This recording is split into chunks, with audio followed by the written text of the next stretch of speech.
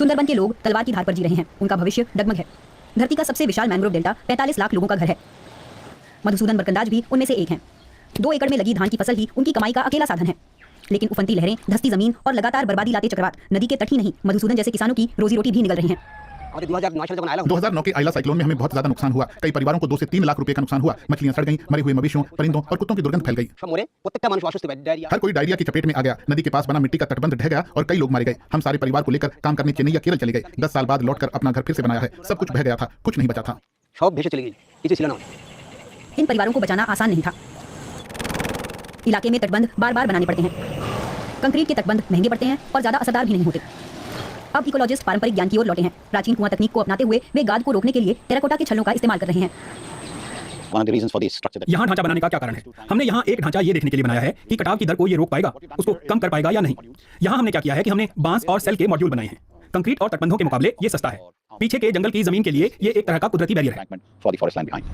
शांतनु पाल जैसे स्थानीय कारीगरों ने ये छल्ले बनाए हैं। पक्की मिट्टी के छल्लों की बढ़ती मांग की बदौलत कुम्हारों को भी अपनी सदियों पुरानी कारीगरी को जिंदा रखने की वजह मिल गई।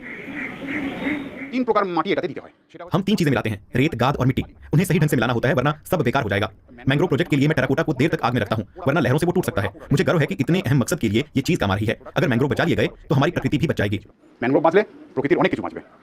सरल और बायोडिग्रेडेबल डिजाइन वाले ये छल्ले सस्ते हैं और कंक्रीट के मुकाबले इनका कार्बन फुटप्रिंट भी कम है। कंक्रीट की मुख्य सामग्री सीमेंट है, जिसे बनाने के लिए चूना पत्थर को गर्म करना होता है और उससे कार्बन डाइऑक्साइड निकलती है। उसकी तुलना में टेराकोटा का मुख्य असर भट्टियों में इस्तेमाल होने वाले ईंधन की किस्म और मात्रा से जुड़ा है, जिसे बेहतर तरीके से नियंत्रित किया जा सकता है।